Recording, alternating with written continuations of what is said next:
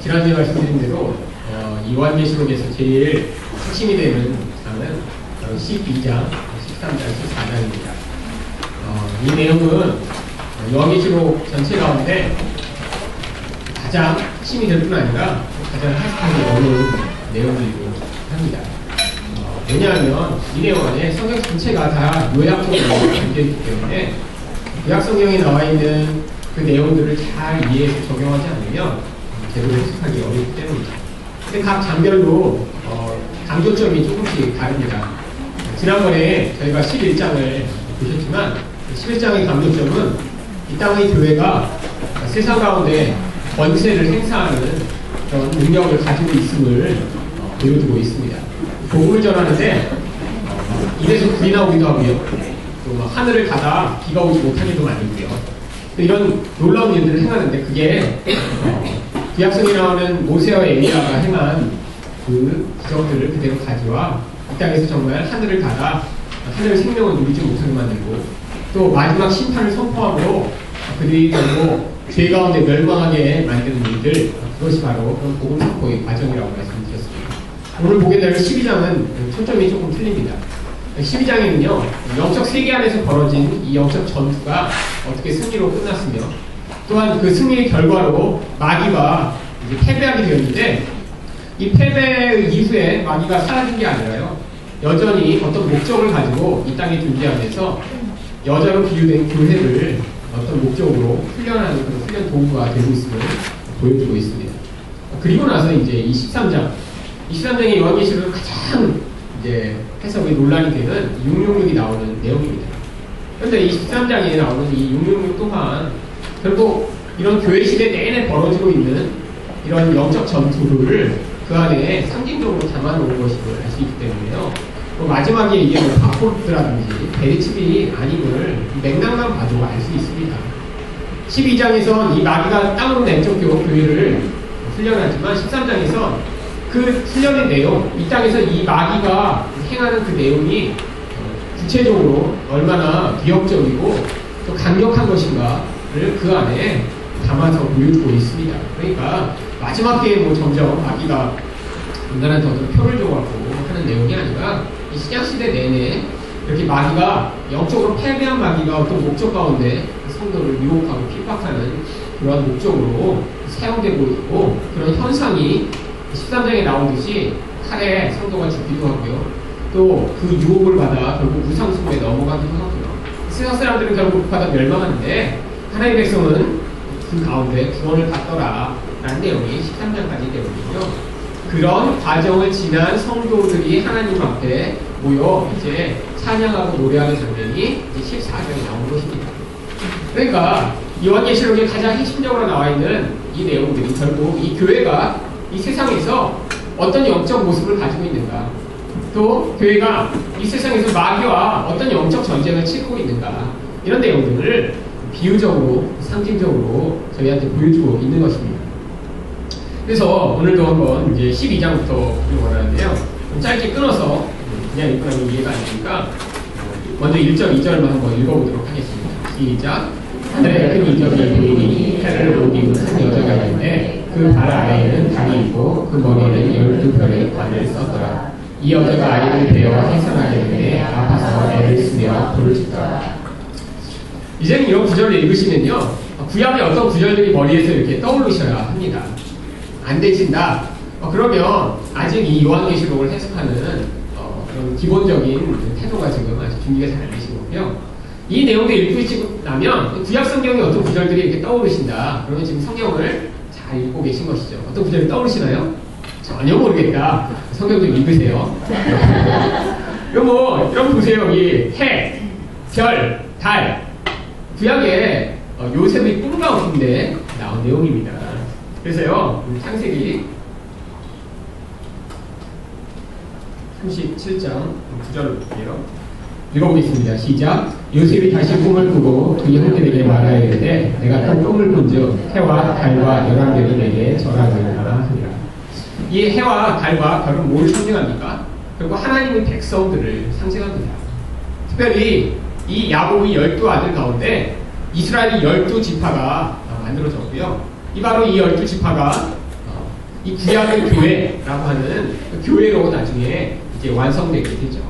그러니까요, 여기 있는 이 해와 달과 별들, 이 하나님 백성을 이야기하는데 왜 해, 달, 별이라고 이야기하는 것일까요? 성경에서 이 해, 달, 별은요, 어떤 특별한 지위가 있습니다. 고린도전서 15장 41절 한번 읽어볼까요? 시작. 해의 영광이 다르고 달의 영광이 다르며 별의 영광도 다른데 별과 별의 영광이 다르다. 이 하늘에 존재하는 해, 달, 별들을요, 어떤 영광을 드러내는 존재로 성경은 늘 이야기합니다. 구약 성경에는 이 해, 달, 별을 숭배하는 사람들도 많이 있었고요. 또 그들이 가진 그 영광을 자기도 얻고 싶어서 달처럼 되고 싶다, 별처럼 되고 싶다, 이런 건 다 인간의 그 우상숭배적 욕망을 비유하기 위해 표현했죠. 그러니까 하나님의 백성들을 왜 해, 달, 별로 비유했냐면 하나님의 백성이 어떤 존재다? 굉장히 영광스러운 존재다. 그걸 비유하기 위해 구약 성경에 해, 달, 별로 특별히 비유를 한 것입니다. 그러니까요, 아까 다시 가서 계시록 12장 1절, 2절에 보면요, 하늘에 이런 해와 달을, 그다음에 별을 관으로 쓰고 있어요. 어때요? 결국 이 여자가 뭘 상징하는 거예요? 하나님의 백성들을 상징하는 것입니다. 그런데 그 모습이 어때요? 영광스러움을 보여주는 것이죠. 한번 여러분 보세요. 해를, 그 번쩍번쩍 빛나는 해를 막 옷으로 만들어 있고요. 그 다음에 막 발 아래는 또 번쩍번쩍 빛나는 달이 있고요. 또 머리에는 관이 썼는데 거의 막 별처럼 번쩍번쩍거려요. 그러니까 그 존재 자체가 아름다운 어떤 모습. 그런데 그 입게 바로 무엇이다? 열둘로 대표되는 교회를 이야기하는 것입니다. 근데 2절도 읽으시고 나면 또 구약의 어떤 구절이 이렇게 떠오르셔야 합니다. 이 여자가 아이를 배어 해산하게 되면 아파서 애를 쓰며 부르짖더라. 여기는 이제 애 낳는 장면을 사실은 유사한 동사들을 가지고 반복적으로 표현하고 있습니다. 물론 여러분 여자라면 아이 낳을 때 이렇게 다 고통스러우시겠지만 성경에서 이렇게 특별히 여자가 고통스럽게 될 것 아이 낳을 때 언제 나왔던 이야기죠? 창세기 3장 15절 16절에 나온 이야기입니다. 특별히 16절 한번 볼까요? 여자에게 이르시되 내가 내게 임신하는 고통을 크게 더하리니 내가 수고하고 자식을 낳을 것이니. 여기 나온 동일한 표현을 요한이 가져온 것입니다. 제가 이 부분을 왜 하나님이 여기에 써놨다고 말씀드렸어요? 바로 15절에 이제 앞으로 네가 고통이 그렇게 증가하게 될 때 그 고통 속에서 결국 네 안에 메시아를 갈망하는 마음이 가장 크게 달했을 때 무엇을 주실 것이다? 이제 너를 그 죄에서 구원할 메시아를 주실 것이다 라는 메시아에 대한 약속이 최초로 나온 부분이 3장 15절이기 때문입니다. 바로 요한계시록 그래서 12장에서도요, 애를 쓰며 부르짖다가 그 다음에 무엇이 되냐면 5절로 건너뛰는 것입니다. 여자가 아들을 낳으니. 자, 이 여자가 그러니까 뭘 낳은 거예요? 예수님을 이제 낳은 것이죠. 그러니까 이 앞에 나오는 이 교회의 모습은 특별히 어떤 교회를 이야기하냐면요, 구약의 교회를 이야기하는 것입니다. 이렇게 아름다운 교회로 하나님이 영적으로는, 육적으로는 아니지만 이렇게 만드신 그 교회로부터 이렇게 고통하는 과정을 통해 이제 메시아가 탄생될 것. 그런데 그 중간 과정에 또 어떤 다른 내용이 포함되어 있습니다. 3절과 4절입니다. 한번 읽어볼까요? 시작. 하늘에 또 다른 이적이 보니 보라 한 큰 붉은 용이 있어 머리가 7이요 뿔이 0이라 그 여러 머리에 7 왕관이 있는데 그 꼬리가 하늘의 별 3분의 1을 끌어다가 땅에 던지더라. 용이 해산하려는 여자 앞에서 그가 해산하는 그 여자를 삼키고자 하더니 그 아이를 삼키고자 하는 거죠. 여러분, 이제 하나님 백성들을 통해서 이제 그 가운데 그들을 구원할 메시아를 줄 약속대로 역사를 이끌어가고 계신데 그 가운데 또 구약에 어떤 일이 벌어졌습니까? 마귀가 하나님의 이 역사의 계획을 아는 거예요. 그러니까 끊임없이 하나님 백성들을 죽이고 괴롭히고 유혹해서 결국 메시아가 나오지 못하도록 만드는 그 역사. 여러분, 그게 언제부터 시작했습니까? 바로 가인과 아벨로부터 시작했죠. 가인이 하나님 때문에 분노했으니까 하나님이 그때 뭐라고 말씀하시죠? 창세기 4장입니다. 4장 7절 한번 읽어볼까요? 시작. 내가 선을 행하면 어찌 낯을 들지 못하겠느냐? 선을 행하지 아니하면 죄가 문에 엎드려져 있느니라. 죄가 너를 원하나 너는 죄를 다스릴지니라. 여기 죄라고 표현되어 있지만 사실은 이 죄를 마치 의인화해서 표현하고 있습니다. 여기 문에 엎드려져 있다, 문에 이 엎드려져 있다라는 단어는요, 사자나 이런 맹수가 자기 먹잇감을 잡기 위해 이렇게 웅크려졌다가 뛰기 바로 전에 그 모습을 표현하는 단어거든요. 그런데 마치 죄가 그 문 앞에서 이렇게 웅크려 있다 지금 뛰어들려고 그러고 있는 거예요. 근데 죄가 뭘 해요? 너를 원하나. 여기는 이제 지난번에 보여드렸듯이 앞뒤에서 생략된 걸 서로 집어넣으면 됩니다. 죄를 뭐로 원한다는 거예요? 그냥 좋아한다는 게 아니라 다스리기를 원하나 너는 죄를 다스리기를 네가 원해라. 결국 이 죄라는 것을 의인화해서 표현하는데 결국 이 죄가 뭐와 지금 동의어로 사용되고 있는 거죠? 마귀. 결국 마귀적인 존재가요, 이 마음에 있는 죄를 통해서 이 가인을 지배함으로 말미암아 그 결과를 뭘 하려고요? 결국 아벨을 쳐 죽이는 일을 하고자 하는 일. 근데 이게 큰 의미로는 뭐냐면 이 하나님의 백성의 라인으로부터 말미암는 메시아의 탄생을 이때부터 개입해서 막는 것입니다. 이게 이스라엘 역사 내내 벌어졌죠. 나중에는 모세가 이제 태어나기 전에 어떻게 됐습니까? 모든 남자아이를 다 죽여라. 결국 이 마귀적인 그 영향력이 이 땅의 권세로 나타난 바로가요, 여러분 아무리 이렇게 마음이 약하더라도 태어나는 남자아이를 다 죽이라고 하는 그런 무시무시한 명령을 내릴 수 있죠. 그런데 이게 마귀에게 사로잡힌 인간은요, 얼마든지 그게 가능한 것입니다. 그래갖고 끊임없이 이런 식의 공격이 있었던 거예요. 그런데 이게 이스라엘 역사 내내 반복되다 언제 가장 아주 극명하게 나타납니까? 예수님 태어나시기 바로 전에 바로 무슨 일이 벌어지죠? 헤로던이요, 베들레헴에서 태어난 2살 아래의 모든 남자애를 다 죽이는 일까지 끊임없이 예수님을 죽여서 이 땅 가운데 이런 하나님 백성의 구원이 불가능하도록 만들려는 이 마귀의 시도, 그거를 사실은 아까 계시록 12장에서 뭐라고 표현합니까? 해산하면 아이를 삼키려고 하는 이 용의 모습으로 끊임없이 그림으로 보여주고 있는 것입니다. 왜? 여러분 십자가로 말미암아 예수 그리스도가 승리하면 이제 마귀의 권세가 깨트려지고요, 거기서 이 죄에서 구원받는 하나님 백성이 생기면서 이 마귀의 나라가 이 땅에서 망하게 될 것을 마귀는 이미 알고 있었기 때문이죠. 그런데 이 용을 여기 뭐라고 묘사하냐면요, 붉은 용이라고 묘사하고요, 그 다음에 머리가 7이고요 뿔이 0이래요. 이거 머리마다 7왕관이 있었대요. 여러분 뭐 나중에 이런 용이 마귀가 이런 모습을 꼭 하고 나타나겠습니까? 다 상징적 의미라고 말씀드렸죠. 이 불다는 건요, 뭐랑 관계가 있을까요? 이 마귀라는 존재가 죽이는 존재라는 사실을 보여주고 있습니다. 이 살인하는 자. 그래갖고 하나님 백성뿐 아니라 파괴와 멸망의 근원이 마귀로부터 말미암음을 이 불다라고 하는 표현에 쓰고 있고요. 머리가 7이다. 여러분 7은 어떤 수라고 말씀드렸어요? 하나님이 완전수인데 마귀가 하나님처럼 행세하기 위해 자기도 이렇게 영향력 있는 그 주권을 7인 것처럼 가장하는 거죠. 근데 또 뿔은 10이래요. 이것도 완전하다, 가득이 있다, 전체이다, 이런 의미죠. 뿔은 항상 권세를 의미합니다. 그러니까 세상을 다스리는 이 마귀의 권세가 이렇게 하나님을 흉내낼 뿐 아니라 얼마나 전체적이고 완전한지를 보여주는 것이죠. 근데 또 그 머리에 왕관까지 썼습니다. 그러니까 이 마귀에게 이 세상을 다스릴 권세가 얼마나 강력하게 있는지를 보여주고 있는 것이죠.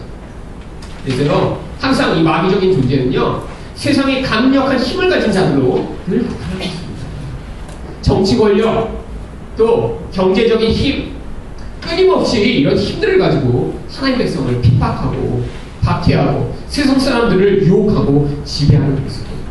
이 마귀적 영향력이 역사 내내 이런 영향력으로 나타나고 그들이 얼마나 강력한지 하나님의 백성이 아니고는 그 힘에 눌리고 그게 너무너무 부러워서 경배하게 되는 그런 반복적인 역사가 인류 내내 나타나고 있음을 이런 모습 가운데 나타나죠.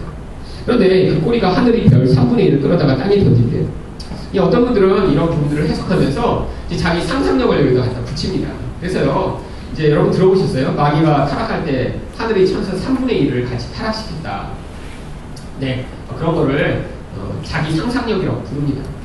왜냐하면 여기 보니까 우리가 마귀가 하늘의 그럼 천사를 타락시켰나? 그래서 이제 자기 상상을 집어넣어서 이렇게 해석한 거죠.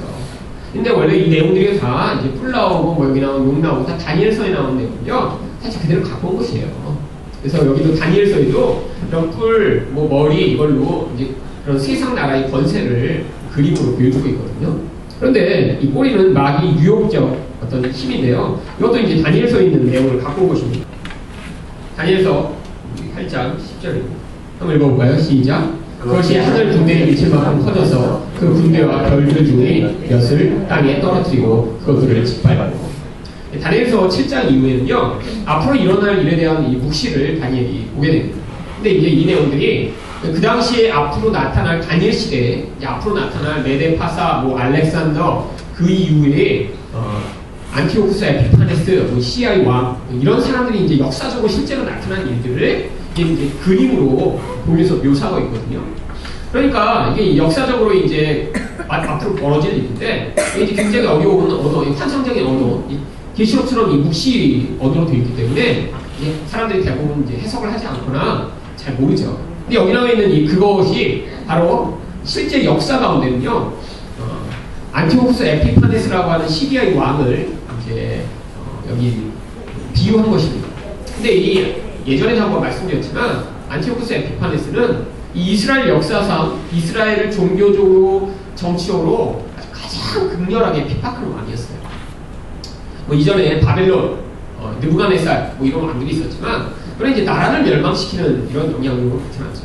근데 이 안티오쿠스 에피파네스는요, 이스라엘이라는 나라는 그냥 놔두는데 얼마나 이 박해가 심했냐면, 정말 그들이 지금도 제가 이제 이스라엘에 갔을 때 거기 이렇게 그 회당마다 아직도 이 성경책을 토라라고 해서 양피지에 적어갖고 이렇게 말아서 거기 놔두거든요. 그런데 그걸 정말 너무너무 신성시합니다. 그래갖고요, 이스라엘 박물관에 가면요, 그 토라를 신성시하니까 전 세계에서 모아놓은 토라만 전시해놓은 박물관이 아주 한 시간을 돌아다녀야 될 정도로 커요.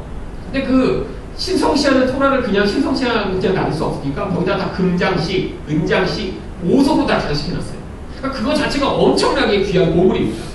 근데 제가 이제 거기 그래서 박물관도 아니고 회당에 조그만 회당이에요. 이거 한 반만. 그래서 이렇게 있길래 어떤 재질로 있나 그리고 제가 그렇게 만져봤어요. 그랬더니 그냥 그 가이드가 만지면 큰일 난다고. 이 랍비가 봤으면 넌 여기 당장 추박이라고. 아무나 만질 수가 없는 거예요. 그건 신성으로니까. 저 같은 이방인이 와서 가면하죠. 손가락이 잘라질 일이죠. 그러니까 이들은 그 자체를 말씀 자체를 하나님이라고 여겼어요.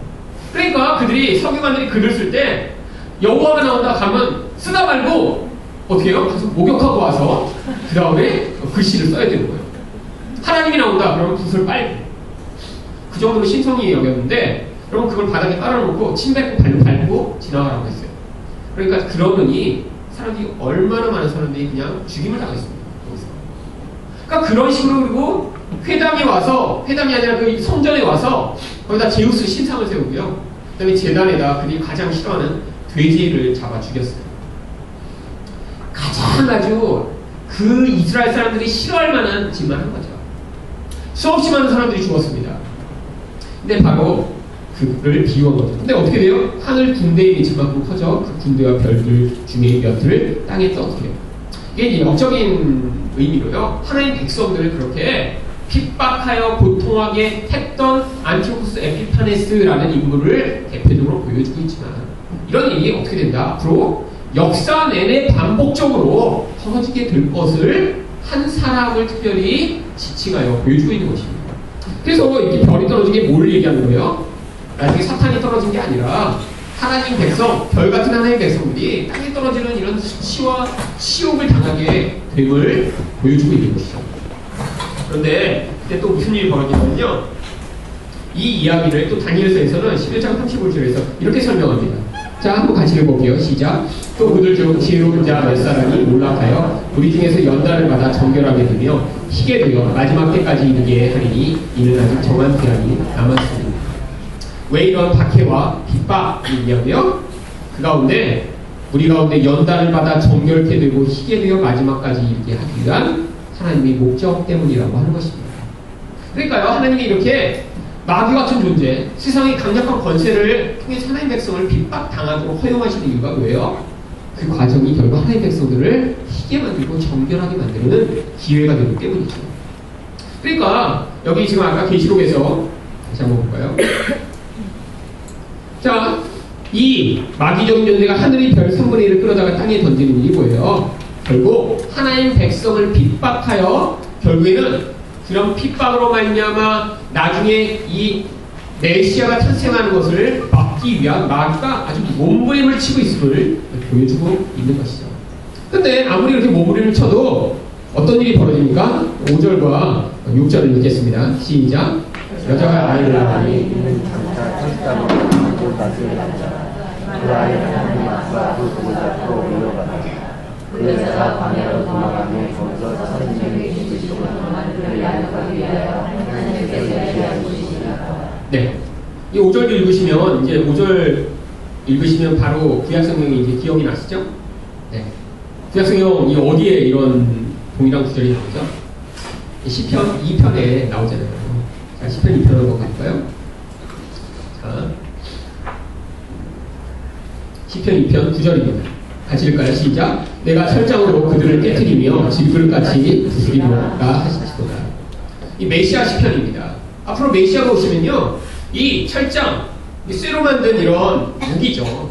이것으로요, 박살을 내서 하나님을 대적하는 모든 세력들을 통치하시고 다스릴 것을 이제 이 메시아 시편에서 예언하고 있는데요. 예수님이 오셔서 어떻게 됐다고요?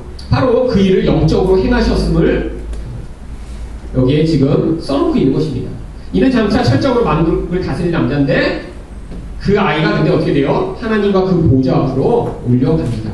여기는 예수님의 공생에 뭐 이런 거 다 빼놓고요. 이제 오셨다. 그 다음에 이제 올라가셨다. 이 성취하여 그 일을 빨리 마무리하고 다른 얘기를 하기 위해 전체를 통합하여 이야기하고 있는 것입니다.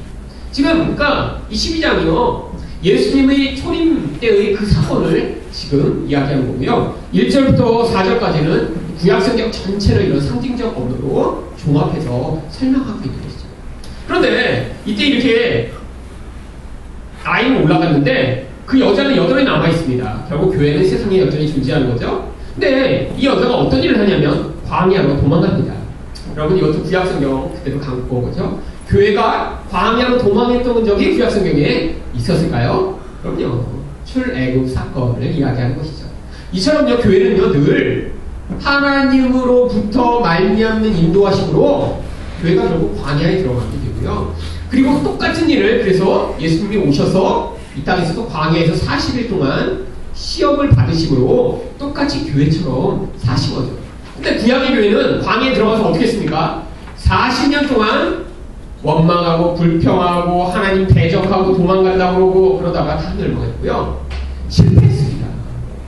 그런데 그 실패를 예수님이 어떻게 하셨어요? 40일 광야를 지나신 뒤에 세 가지 시험, 그 세 가지 시험이 결국 이스라엘 백성들이 광야에서 당한 시험을 종합한 것인데 종합적으로 세 가지를 치르신 다음에 말씀으로 승리하심으로 이제 교회가 어떻게 하면 완전해진다?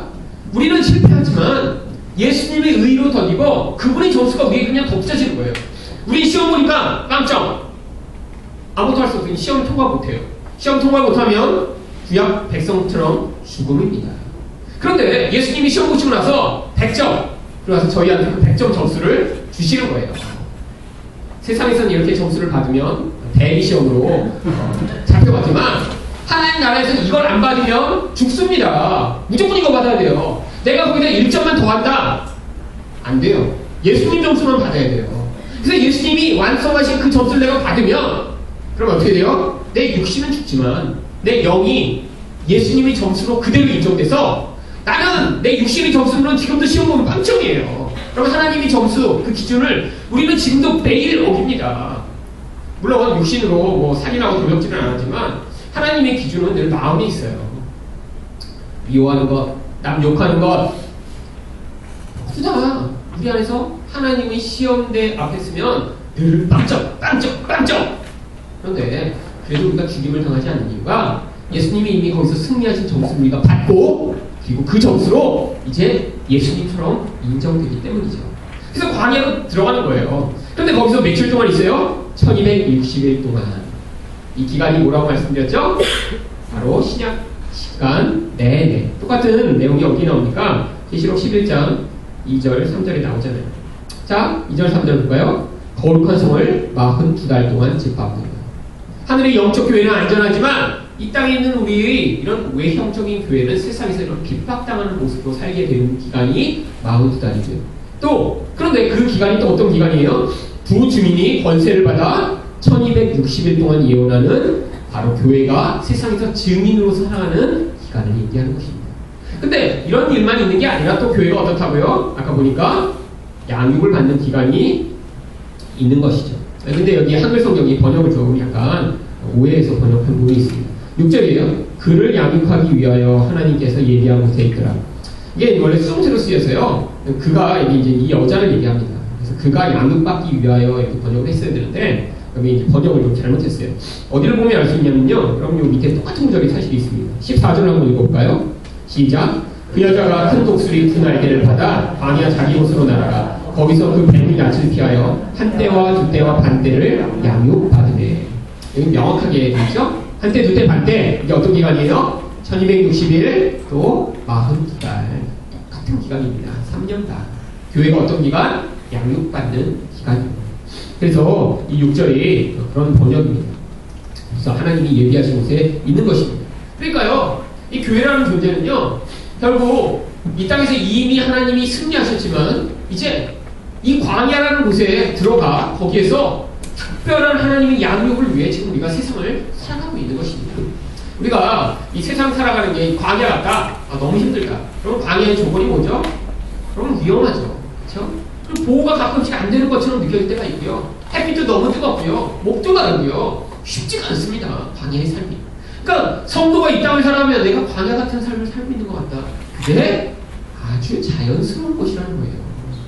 하나님은요, 우리를 그 햇빛으로 보호해 주시고 풍성한 생명을 주시고 더 이상 아무 해도 상하지 못하도록 만드실 것, 그거는 하나님 나라에서 이제 예비하고 계십니다. 그런데 이 땅에서 무엇을 위해? 양육받기 위해 이 땅을 우리가 지금 살아가는 거예요.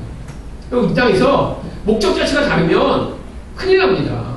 우리는 양육받기 위해 이 땅을 살아가는데 난 여기서 지금 소풍 왔어. 그럼 광야로 소풍 가면 힘듭니다. 아니 왜? 롯데월드 같은 데로 소풍을 가야지. 그럼 광야로 소풍 가는데 그건 서바이벌 게임이죠. 얼마나 힘들겠어요. 그러니까요, 만약에 나는 소풍의 목적으로 이 땅을 살아간다. 난 이 땅을 즐기기 위해 살아. 그런데 그렇게 살다 보니까 고통스러운 거예요. 가끔씩 막 불뱀이 나타나고요. 전갈이라서 깨물려고 하고요. 그리고 해도 너무 뜨겁고요. 물도 가끔씩 내 원하는 대로 주어지지 않고요. 여러분, 그렇게 되면 거기서 마음이 상하는 거죠. 그런데 아예 애초부터 난 이 광야에 훈련받게 와 있어. 여기서 나는 이 어떠한 환경도 나를 죽일 수 없는 그런 하나님의 사람으로 변하는 거예요. 이 광야에서 나를 목을 죽일 것은 반석을 깨트려 생명을 주시는 성령으로 말미암는 것으로만 내 영혼이 만족되는 것을 경험할 거야. 여기서 나를 이렇게 뜨겁게 삼킬 듯이 내리쬐는 이 태양으로부터 우리 하나님이 구름 기둥으로 나를 그 모든 것을 보호하심을 경험하는 기회로 삼을 거야. 나는 여기서 하나님의 성막 그 임재를 가장 가까운 곳을 누리며 그 하나님과 깊은 교제를 드릴 거야. 그럼 이런 목적으로 이 광야를 살아가시면 훨씬 더 그 풍성한 은혜를 누리실 수 있겠죠. 그런데 이런 교회의 모습과 함께 또 하늘에서는 영적 전쟁의 이야기를 합니다.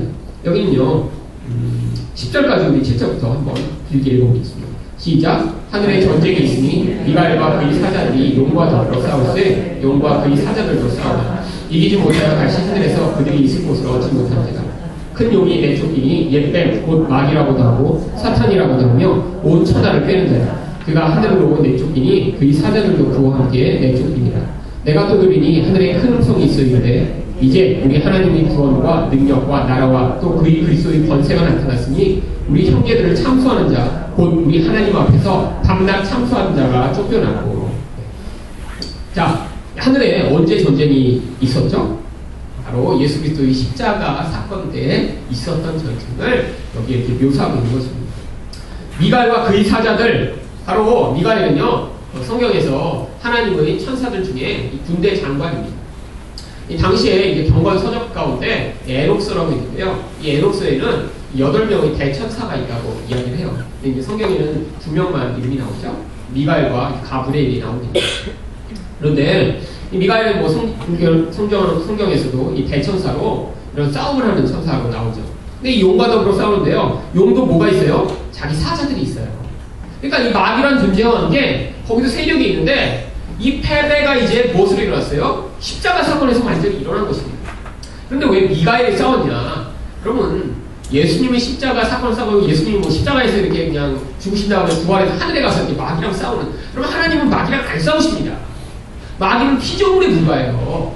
그러니까 하나님이랑 감히 그 앞에 대항할 수 있는 존재가 아니에요. 그러니까 하나님이 보내신 이런 마귀의, 하나님이 미가엘 같은 이런 그런 하나님이 쫄개들, 소위 얘기하면 부하들을 보내시면 그들과 전쟁을 할 수 있지만 감히 예수님 앞에서 쩔쩔매고 그 앞에서 아무것도 하지 못합니다. 신약성경에 많이 나타났잖아요. 군대 귀신 들였는데도요, 그 앞에서 절을 하면서 제발 무적행위에 보이시지 말라고 벌벌 떠는 모습. 근데 십자가 사건에서 이 일이 일어나는데 그 구체적인 영적인 행위는 이 미가엘과 천사들이 마치 싸운 것처럼 하늘에서 일어났다고 하는 것입니다. 근데 여기 그들이 하늘에서 내어 쫓겼는데요. 이 하늘은 이제 눈에 보이는 하늘 얘기하는 게 아니라요, 당시에 세상을 다스리고 있는 그 공중의 권세를 얘기하는 것입니다. 하늘로부터 그 영역, 그 지역을 다스리는 모든 세상의 권세가 이전까지 마귀에게 있었죠. 왜 마귀가 가지고 있었을까요? 바로 아담에게 원래 주어진 것인데요. 아담이 죄를 지으면서 마귀의 소가 빼앗겨버린 것이죠. 그게 바로 그래서 예수님이 둘째 아담으로 오셔서 마치 아담처럼 마귀와 다시 시험을 받으시고 그 시험을 이겨내심으로 권리를 다시 빼앗아 가져오신 것입니다. 그래서 바로 그 이야기를 이제 한 것이죠. 그래서 공중에 내려 쫓겼는데 이제 완전히 패배한 게 아니라 하나님이 어떤 목적을 위해 아직도 살려두고 계실 거예요. 근데 그 목적이 뭐라고 여기 계속 반복해서 이야기하고 있습니까? 하나님 백성의 양육을 위해.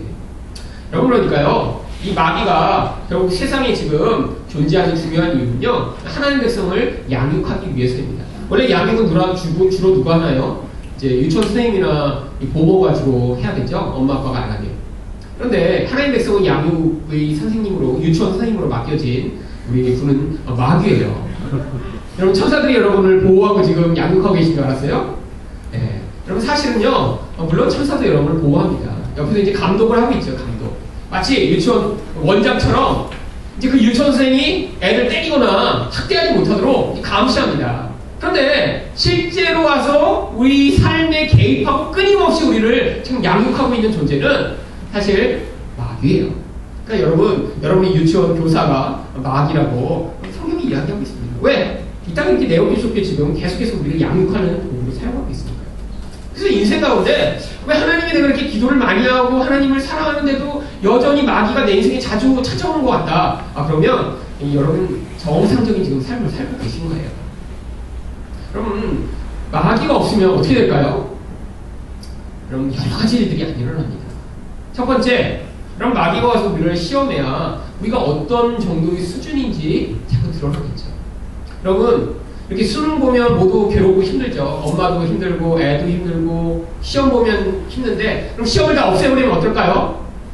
수준이 어느 정도인지 드러나지 않기 때문에 절대로 시험을 없앨 수가 없습니다. 아무리 아이들이 스트레스를 받아도요, 어느 수준이 되면 시험을 봐야 돼요. 여러분, 여기 운전면허 가지고 계신 분 많이 계시죠? 근데 운전면허도 그럼 뭐 시험이 몇 번이야? 그냥 다 주지. 그러니까 아무나 다 운전하게 하면 어떤 일이 벌어질까요? 사고가 나서 다 죽겠죠. 아무나 그냥 차만 있으면 애도 그냥 지가 운전하고 싶으면 운전할 수 있어요. 어느 정도 수준인지 점검이 돼야 어떤 역할이 바뀌어지는 거죠. 마찬가지입니다. 마귀가 계속 우리 인생에 찾아오는 이유는요, 자꾸 우리를 테스트해 주는 거예요.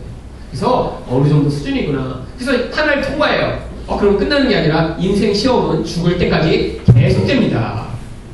이게 좀 문제가 있어요. 공부는 대학교까지 이렇게 좀 공부하면, 그리고 그보다 더 공부하면, 이제 저만큼 뭐 많이 공부하면, 이제 더 이상 저는 이제 시험 안 봐도 됩니다. 다시 볼 생각도 없어요. 근데 인생에서는 내가 이렇게 시험 하나 넘었어. 그럼 끝나는 게 아니라요. 또 오고 계속 옵니다. 근데 시험을 실패하면 어떨까요? 그 다음에 똑같은 종류의 시험이 또 오죠. 그럼 이게 문제예요. 많은 사람들이요, 이렇게 어떤 종류의 시험이 딱 왔을 때 어떻게 기도하시죠? 시험 이거 그냥 벗어나게 해달라고, 빨리. 이 시험, 나를 시험하는 이 도구 없애달라고. 그럼 그렇게 되면요, 나중에 또 똑같은 시험을 또 당하게 됩니다. 여러분, 시험 패스 안 하면 그 다음 게 넘어가지 못하잖아요. 중학교 졸업했다는 증명이 없는데 고등학교 못 가잖아요. 그럼 증명이 없으면 그걸 완수할 때까지 계속 보는 거죠. 영적으로도 마찬가지입니다. 내가 이 사람 너무 싫어. 그래, 저 사람만 없어졌으면 좋겠다, 이 생각인데. 그래서 그 사람도 없어지면 어때요? 그보다 심한 놈이 나타나게 돼 있습니다. 그래서 구약성경에 이름 가운데 되게 웃긴 이름이 있어요. 여러분 부산 리사다임이라는 이름을 들어보셨나요? 사사기에 나오는 이름이거든요. 그 이름 뜻이 뭐냐면 이스라엘 백성이 막 이제 돼지꼬를 하나님이 부산 리사다임을 보내서 막 괴롭히십니다. 그 이름의 뜻이 뭐냐면 2배로 더 악한 놈이라는 뜻이에요. 이전에 하나님이 구원해 주셨더니 잘 섬기기로 해서 놔줬어요. 근데 본질이 안 변화되니까 그 다음에 또 죄를 져요. 그러니까 하나님이 부산 리사다임을 보내신 거예요. 이름의 뜻이 2배로 더 악한 놈. 한 번 했는데 시험을 통과 못하니까 2배로 더 악한 놈이 와서 괴롭히는 거예요. 그게 인생입니다. 인생이요. 여러분 하나님이 그래서 야곱을요 어디에 보내시죠? 라반의 집에 보내신 거예요. 여러분 라반은요 사실 야곱과 경쟁했을 때 야곱보다 훨씬 뛰어난 속임수의 달인입니다. 야곱도 한 속임수였지만 그 속임수에서 그를 구원하여 정말 이제 속이지 않고 욕심 가운데 매어 살아가지 않는 자 되게 만드시기 위해 하나님이 속임수 구단인 라반의 집에 보내셔서 거기서 끊임없이 속임을 주십니다. 여러분 인생이 바로 이렇게 연결되고 이끌어지는 것입니다. 여러분 그래서 여러분 인생의 목적을 명확하게 하셔야 돼요. 내가 남을 속이고 내가 어떤 부분에 변화되지 않은 부분이 있다. 뭐 때문에 자꾸 화가 난다. 누굴 자꾸 미워한다. 그런데 우리 가운데 끊임없이 그런 상황이 되면요. 그 사람이나 환경을 계속 탓하게 되어 있습니다. 저 사람은 없으면 내가 이렇게 미움이 없을 텐데. 여러분 그런데요. 거기서 변화되지 못하면 어떻게 해요? 2배로 더 악한 놈이 오게 되어 있습니다. 여러분 그래서 많은 분들이요. 남편이 나를 너무 괴롭게 막 남편만 좀 그냥 없으면 좋겠다. 그러면요 2배로 악한 자식이 태어나는 경우가 많더라고요. 여러분 인생이 공짜가 없어요. 그래갖고 대부분의 사람들은 남편 때문에는 굉장히 남편 너무 자세하고 세상에 어떻게 나 같은 사람들이 이렇게 좋은 남편이 있나. 근데 그 집에 놓고 2배로 악한 자식이 태어나 남편이 태어났는데 자식 때문에 죽을 때까지 그냥 피눈물 쏟고 또 어떤 사람은 그냥 남편 때문에 너무 또 고통하는데 하나님 그러면요 자식은 또 그냥 괜찮은 자식 주시기도 하고 남편과 자식이 다 괜찮아. 그럴 경우에는 이제 C자 들어가는 분들이 오죠. 하여튼 끊임이 없어요. 끊임이 인생이라는 게. 근데 그런 친척들이 있잖아. 그런 분들은 이제 직장에서 이제 하여튼 상사가 이상한 인간이 붙어갖고 호통하고 그것도 아니야. 그 옆집을 꼭 이상한 데마다 이상한 인간이 옆에 붙어. 여러분 인생에 어느 관계가 생각해. 나는 그냥 우리 그냥 가족도 친척도 이웃도 다 괜찮아. 여러분 이런 경우가 어디 있습니까? 하다 못해 거기라도 안 되면 교회 오면 교회도 준비되어 있어요. 왜? 여러분 준비시키기 위해 하나님이요 마귀를 안 보내시겠어요? 여러분 마귀는요 여러분 훈련하기 위해 우리 훈련해서요 지금 마귀도 사실은 괴로워요. 자기도 일 빨리 끝내고 왜 인생 가운데 이렇게 나는 실패하고 고난 죽는 일만 이렇게 하면서 어차피 지옥간 영원히 지옥에 있을 게 지금 정해져 있잖아요. 지금 뭐 하고 있는 거예요? 열심히 지금 우리를 양육하기 위해 지금 아주 피땀을 쏟고 있는 것입니다. 얼마나 자기도 쉬우시겠어요. 그냥 지옥에서 영원히. 근데 지금 계획에 따라 어쩔 수 없이 자기도 지금 일하고 있는 거예요. 열심히 일해보면 나중에 어떻게 돼요? 노력했는데 애써봤는데 지혜를 다 동원했는데 결론이 뭐예요? 양육이 끝나면 완벽해져서 지금 하늘나라 가고 지금 역사상 그 일하고 있는 거예요. 지금 열심히 달려들여 죽여봤더니 순교하고 하나님께 영광에 돌려주고 타락시켜서 하나님 나라를 파괴하려고 해보니까 또 그 사람을 통해 다른 사람들이 변화돼서 아름답게 되고 그러니까요 실패가 작정된 이 작업을 역사 내내 하면서 하나님 백성을 변화시키는 거죠. 그러니까 마귀도 사실 인터뷰를 해보면 굉장히 괴로움을 회사하는 거예요. 여러분 다 알고 있습니다. 마귀는요 마지막 때가 얼마 안 남았어요. 그런데 지금 실패만 계속하고 있잖아요. 한 번이라도 성공했을까요? 여태까지? 한 번도 성공 못했습니다. 한 사람이라도 성공했다면 여러분 하나님이 하신 말씀이 틀렸어야죠. 하나님의 백성은요 어떻다고요? 내 손에서 빼앗을 자가 없어요. 하나님이요 반드시 하나님의 백성은요 어떤 방식으로 구원해 주신다는 거예요. 무슨 얘기예요? 마귀가 하는 모든 시험과 모든 것은 반드시 실패한다는 것이죠. 왜? 구원이 우리에게 달린 게 아니라 예수님이 이미 이루신 그 구원의 의의를 우리가 받아들이는 거기 때문에 우리는 실패하지만 거기다 나중에 예수님을 딱 붙여서 그냥 우리를 합격하고 하고 들러가신 거기 때문에 우리는 실패하고 늘 예수님이 승리하신 것입니다. 그 일이 여기 계속 나오는 거예요. 그래서 이 마귀를 묘사할 때도요, 그냥 묘사 안 하고요, 옛 뱀, 마귀라고도 하고 사탄이라고도 여러 가지 이런 얘기합니다. 왜 그렇죠? 옛 뱀은 뭐죠? 창세기 3장에 아담과 하와를 꼬셨던 그 뱀, 바로 그게 무엇이었다? 마귀였다. 그런데 그 마귀가 또 어떻게 했다? 마귀라는 존재로 끊임없이 나타났다. 마귀라는 어떤 말이죠? 비방하는 자라는 뜻입니다. 끊임없이 하나님 백성을 비방하고 죄 가운데 빠지게 만들고 하는 존재인데, 또 그가 어떤 존재였어요? 사탄, 대적하는 자. 하나님 백성을 끊임없이 대적하고 우리를 원수처럼 쫓아다녀서 괴롭히던 자였는데, 이미 그가 하는 어떤 일이 이제 실패로 결정된 다음에 그 다음에 하는 거예요.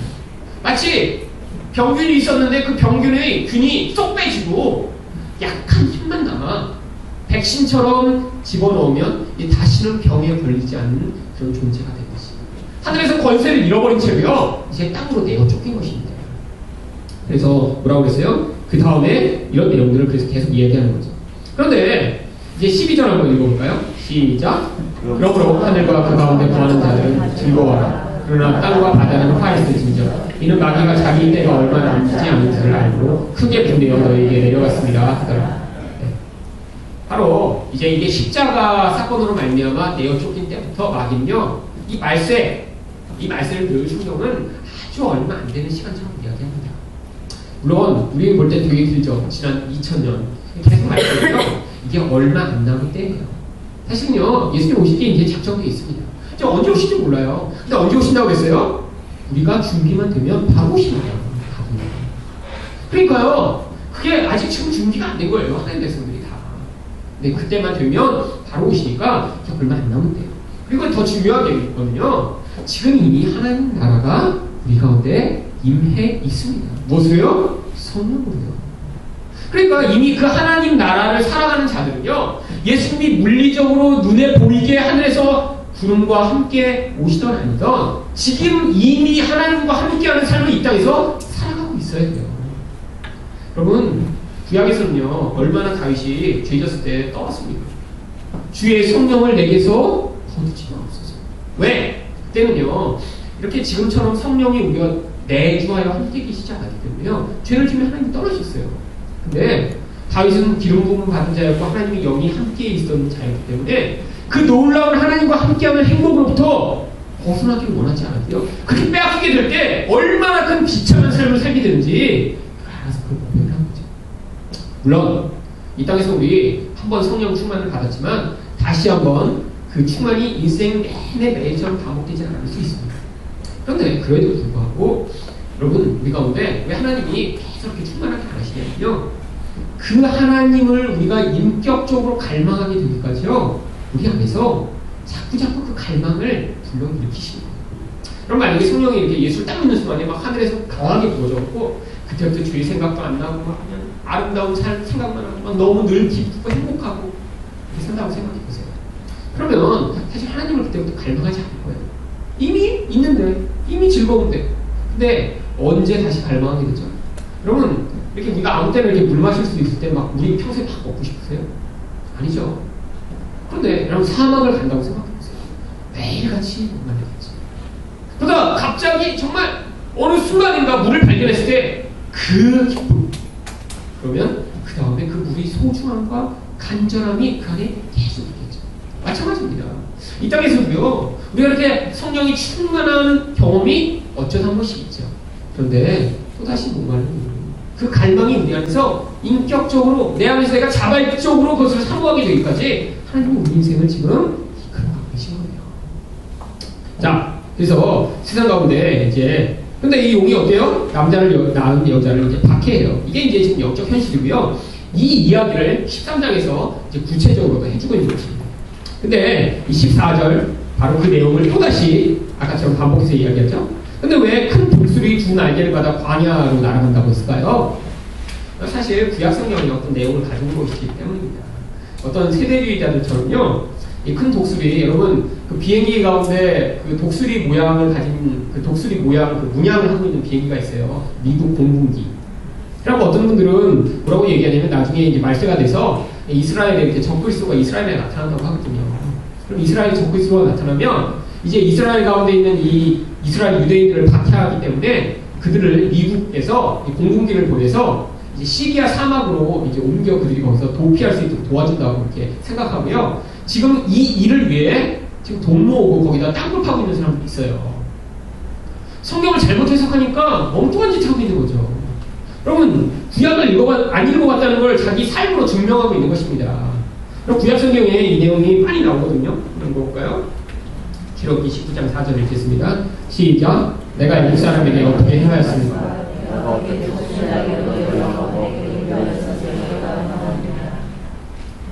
그럼 하나님이 이스라엘 백성들을 사실 진짜 하늘로 공중기를 태워 광야로 이렇게 옮기셨나요?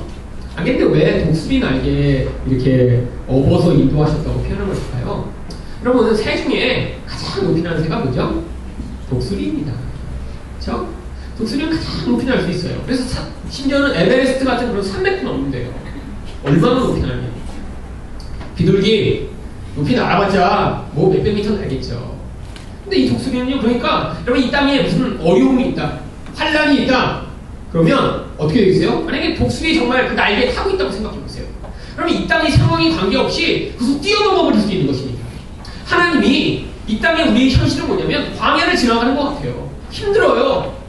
어려워요. 그런데 실제로 영적으로는요, 하나님 백성들을 그 날개에 태워 그 광야를 날아서 건네듯이 하나님 백성은 그렇게 인도하고 계심을 보여주고 있는 것입니다. 그래서 영적으로는 어떻다? 안전하다. 이 땅에 어떤 상황이어도 걱정하지 말아라. 네, 한군데서가 아니라요, 또 신명기 32장 10절 12절에서 이렇게 이야기하고 있습니다. 한번 같이 읽어볼까요? 시작. 여호와께서 그를 황무지에서 짐승이 부르짖는 광야에서 만나시고 호위하시며 보호하시며 자기 눈동자같이 지키셨도다. 마치 독수리가 자기 보금자리를 어지럽게 하며 자기 새끼 위에 너풀거리며 그의 날개를 펴서 새끼를 받으며 그의 날개 위에 그것을 엎는 것 같이 여호와께서 홀로 그를 인도하셨고 그와 함께하신 다른 신이 없었도다. 여러분, 광야에 어땠어요? 짐승이 부러졌고요. 그러니까 어때요? 두렵고 떨리고 힘든 상황입니다. 그런데 이 11절은요, 어떤 모습이에요? 원래 이제 독수리가 새끼를 낳잖아요. 근데 어디에 이 보금자리를 독수리를 만들까요? 산 꼭대기 벼랑 끝에다가 자기 보금자리를 만듭니다. 왜? 아무도 와서 건들지 못하도록. 근데 만들어 놓으면 문제가 있어요. 새끼가 이제 거기서 만약에 보금자리에 있다 이제 날개가 나고 어느 정도 이제 컸어요. 그런데 바로 나가고 뭐예요? 나가 떨어지죠. 한 번도 날아보지 않은 새끼는 여러분 그 천길 안 떨어지 갖고 나가겠습니까? 그러니까 안 나가는 거예요. 그러니까 근데 이제 날 때가 됐어요. 그러면 부모가 어떻게 하냐면 여기 보면 보금자리를 어지럽게 하며 거기다 날개로 팍팍 해갖고 새끼를 내쫓는 거예요. 그러면 거기서 막 부모가 막 그러니까 새끼가 그 끝에 서 있다가 뚝 떨어지죠. 어떻게 되겠어요? 날 줄 몰랐는데 그때 하다가 나는데 만약에 떨어져요. 계속 처음이니까. 그럼 어때요? 자기 새끼 위에 너풀거리며 그의 날개를 펴서 새끼를 받으며 새끼가 떨어져서 많이 하면 또 부모가 와서 그 날개를 받아주는 거예요. 또 다시 올려놓고 또 떨어지고 또 받고 이걸 반복하다 보면 어떻게 되겠어요? 이제 날개가 되는 거죠. 하나님이 마치 우리를 낭떠러지에 밀어서 떨어뜨리는 것 같은 때가 있는 거예요. 안 떨어지고 싶어요! 그러면 밀었어. 여러분 인생 살다가 이런 경우 자주 있습니다. 마귀가 나를 괴롭히고 마귀가 나를 이렇게 환난을 준다 생각할 때 이 마귀 나쁜 놈아 막 하면서 마귀를 대적하고 싸우는데 어느 순간 마귀가 아니라 하나님이 나를 미신 것 같다 이런 느낌이 들 때가 있어요. 그럼 실제로 하나님이 우리를 미신 것 같은 때가 있습니다. 하나님이 계획 가운데 모든 게 일어나는 거예요. 그때 처음에 드는 마음은 뭔지 아세요? 배신감. 맨 처음 저희 집이 망했을 때 제 마음에 그 마음이 너무 많았어요. 20여 년 전. 우리 아버지 이렇게 열심히 교회를 섬기시고 우리 어머니 내가 아는 분 중에 가장 기도 많이 하시고 우리 부모님처럼 예수 잘 믿는 분 없는데 우리 집을 이렇게 망하게 하시다니. 그러면서 제 마음에 든 마음이 야 하나님 배신하셨구나. 그러니까 그 마음 때문에 너무너무 고통스러운 거예요. 그런데 이제 그게 반복되다 보니까 이제 알게 된 거죠. 아, 여러분 낭떠러지에서 떨어지다 보면요 나중에 어떻게 되냐면 절대로 바닥에 떨어지지 않고 언젠가 하나님이 또 와서 나가주십니다. 정말로 어디선가 갑자기 하나님의 도움이 와서 나를 막아 건네시는 것 같을 때가 있어요. 근데 그 다음에 다시 또 미시죠. 그 다음에 자꾸 하다 보면 이제 떨어질 때 안전한 것을 알고요. 그리고 거기서 자기도 날 수 있는 것을 발견하게 되는 때가 옵니다. 여러분, 근데 떨어지는 그 느낌. 그럼 저는 이렇게 놀이기구 이제 요새는 안 타거든요, 잘. 바이킹만 타도 제가 40쯤 돼서 탔더니요, 이제 더 이상 다시는 타면 안 되겠구나. 결심을 했어요. 제가 34살까지 탔는데, 그동안 이제 뭐 애들이 어렸으니까 안 타다가, 저희 아이가 이제 유치원쯤 가면서 바이킹 타다가 이렇게 탔다가, 아, 옛날 30대랑 틀리구나. 이게 몸이 바뀌나 봐요. 정말, 죽을 것 같더라고요, 그 자리에. 그리고 정말 이게 심장이 터질 것 같은, 그래서 거기 보니까 노약자 타지 말라고 했는데, 아, 이게 노약자 타지 말라는 이유가 있었구나. 이 생각하면 계속 이렇게 떨어졌는데, 다시 살아나고, 다시 살아나고, 다시 살아나고. 죽었다 부활하는 과정을 계속 끊임없이 지나가고 있습니다. 근데, 그게 성도의 인생인 것 같아요. 그래서, 와, 하나님이 살아계시구나. 떨어져도 절대 안 죽는 거예요. 죽음이 우리 가정을 파괴할 처럼 이렇게 무섭게 영향을 미치고 있지만, 죽음보다 우리 하나님이 강하시구나. 그 고백을 성도 인생 가운데 하게 만드시는 것이 하나님이십니다. 그게 이제 이 이야기예요. 그래서 어떻게 하세요? 여호와께서 홀로 그를 인도하셨고 그와 함께한 다른 신이 없었다. 이렇게 벼랑에서 떨어졌는데도 고백하게 되는 놀라운 은혜가 성도 인생 가운데 끊임없이 있는 것입니다. 자, 다시 계시록 12장으로 가보죠. 계시록에 이렇게 독수리 날개로 우리를 인도하고 계신 것이고요. 나중에도 절대로 미궁기가 안 옵니다. 그러니까 그런 엉뚱한 기대하시지 말고요. 자, 그런데 이렇게 양육을 받는데 뱀이 계속 공격을 해요. 어떻게 공격하죠? 15절입니다. 15절 읽어볼까요? 시작. 여자의 뒤에서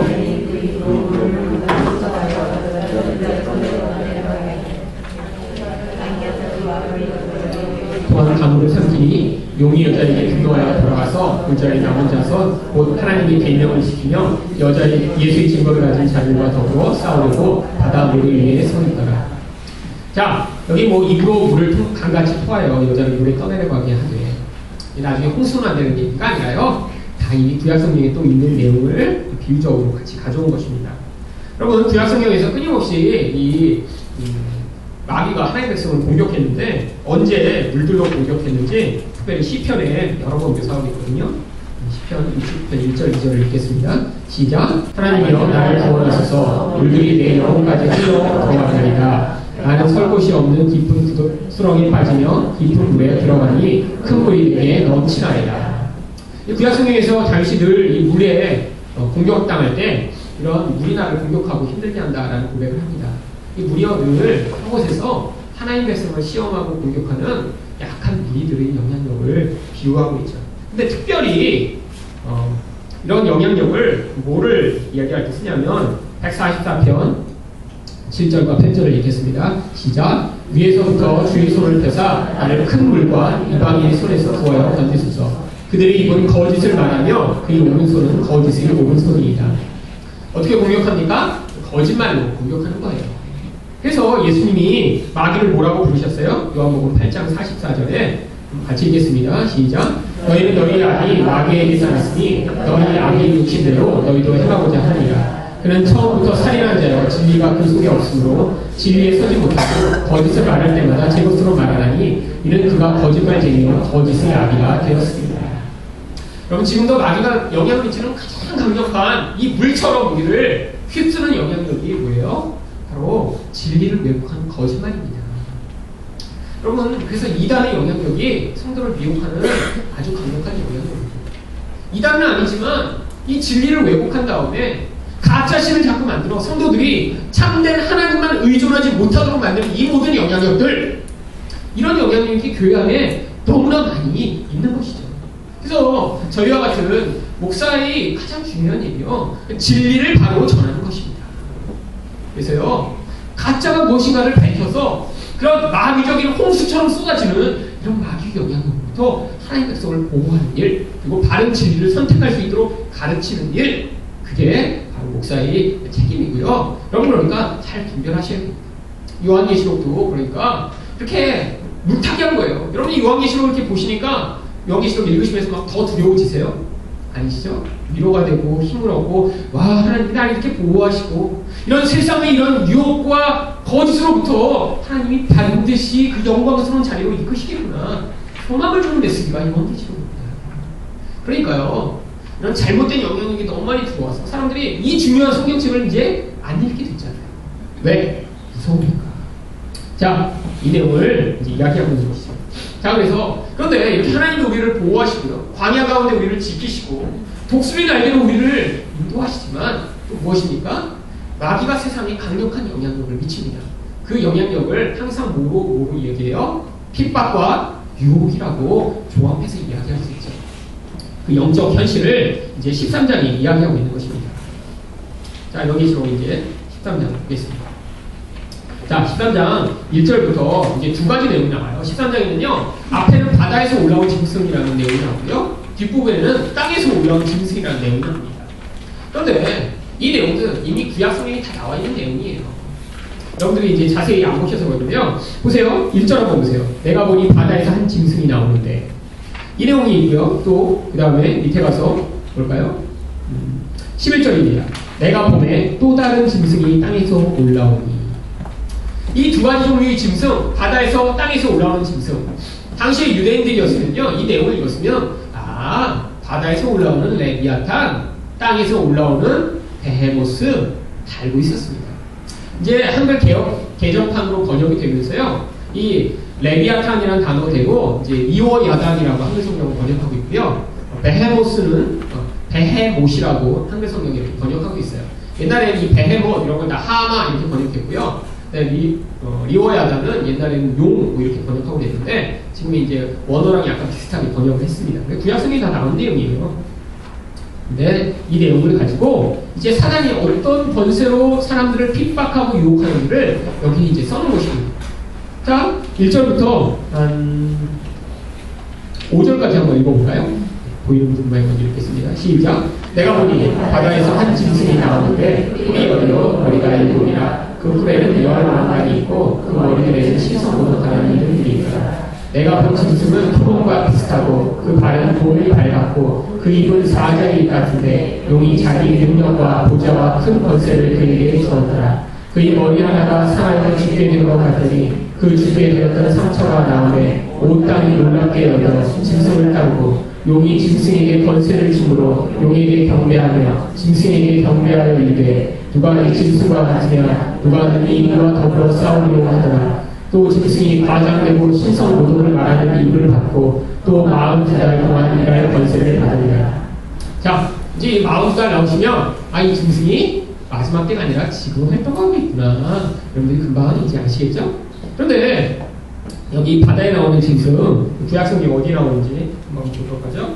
자, 여기 3장 8절부터 보겠습니다. 시작. 나를 저주하는 자들 곧 리워야단을 격동시키기에 익숙한 자들이 그 방언을 저주하였더라며.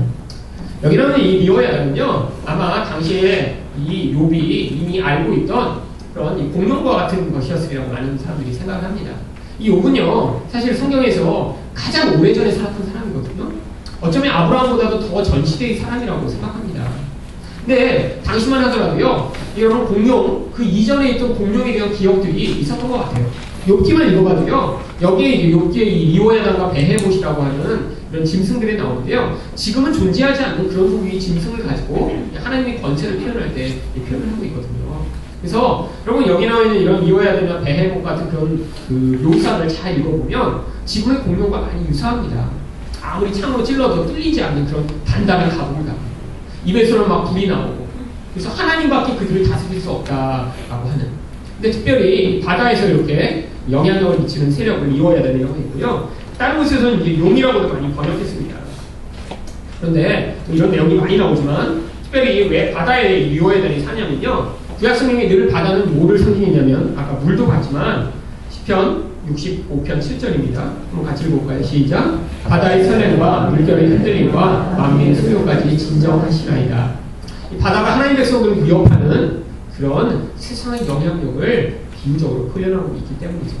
그래서 예수님이 이 땅에 오셨을 때 어떻게 하셨어요? 폭풍우를 밟고 오셔서 잠잠케 하신 것입니다. 왜? 그렇게 바다를 잠잠케 하는 메시아가 언젠가 오실 것이다 구약성경에 예언하고 있었거든요.